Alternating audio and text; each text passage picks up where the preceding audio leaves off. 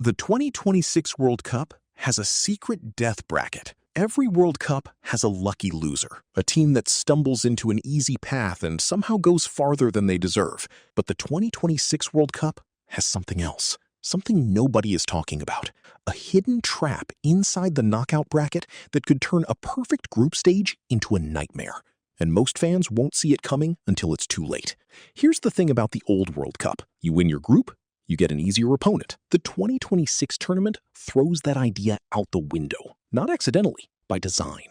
Let me explain how the knockout bracket actually works now. 48 teams start. After the group stage, 32 teams advance. That means group winners, group runners-up, and 8 of the 12 third-place teams all move on. Already messy, right? But the real chaos happens when FIFA tries to fit all these teams into a single elimination bracket. In theory, winning your group should reward you. That's the entire point of a group stage. You play well, you earn an easier path. In practice, the 2026 bracket has to accommodate third-place teams advancing, and that changes everything about how the matchups are decided. Here's where it gets interesting. FIFA has to place these 8 third-place teams somewhere in the bracket. They can't all face group winners immediately, or the tournament would end in 2 rounds. So some third-place teams get paired against other third-place teams, some get paired against runners-up, and some unlucky group winners draw a third-place team that has no business being there. This sounds simple. It isn't. Because which third-place team advances matters enormously. In a normal World Cup, the 4 best third-place teams get assigned based on a predetermined bracket matrix. But in 2026, with 12 groups and 8 advancing third-place teams, the matrix becomes a spider web of conditional matchups. A group winner from Group A might face the third-place team from Group C, D, or E, depending on which teams actually qualify. You literally cannot predict your path until the last group match finishes. That's the trap. Teams enter the tournament thinking they control their destiny. They don't. Imagine finishing first in your group. Perfect record, 9 points. You beat everyone in front of you. Celebration time. Then you look at your round of 32 opponent. It's not some lucky runner-up. It's Germany, who finished third in their group because they lost 2 close matches and barely scraped through. In the old format, Germany would be eliminated. In 2026, they're your reward for winning your group. You know the type. A giant that slept through the group stage, but woke up just in time. Now they get a fresh knockout match against a team that expended all their energy celebrating. But it gets worse. The bracket layout itself creates what I call the death half. Because FIFA seeds the bracket based on group winners first, then fills the gaps with runners-up and third-place teams.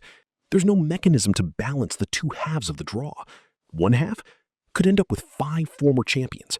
The other half could have 0. That's not bad luck. That's a structural flaw. Let me give you a realistic example. Brazil wins Group G. Easy. Safe. But because of how the bracket matrix assigns third-place teams, Brazil lands in a half that also contains France, Argentina, Spain, and the Netherlands. Meanwhile, the other half has Portugal, a rebuilding England team, and 4 third-place qualifiers from weak groups. Brazil's reward for finishing first is a gauntlet. Portugal's reward for finishing second might be a highway to the semifinals. This sounds like a conspiracy theory. It's not. It's just math. Bad bracket math. Here's the secret most fans don't understand. In a 32-team World Cup, the bracket is almost perfectly balanced. In the 48-team World Cup, balance is impossible because third-place teams create too many variables. FIFA knows this. They chose chaos over fairness because more teams means more money. But nobody wants to admit that a team could win all their group matches and still face the hardest knockout path in tournament history. So what does this mean for 2026? It means the group stage matters less than ever. It means some lucky third-place team will probably reach the quarterfinals, and it means one deserving group winner will go home early because they drew the secret death bracket.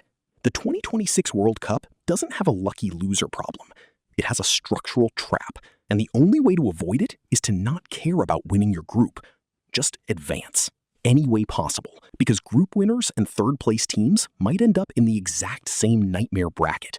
So here's the question you won't hear anyone ask until it's too late. What happens when a team realizes, on purpose, finishing second gives them an easier path than finishing first? And what happens when every good team starts doing it? If you want to actually understand the 2026 World Cup before everyone else gets confused, hit subscribe, because this tournament is going to break everyone's brain, and I'll be here to explain it when it does.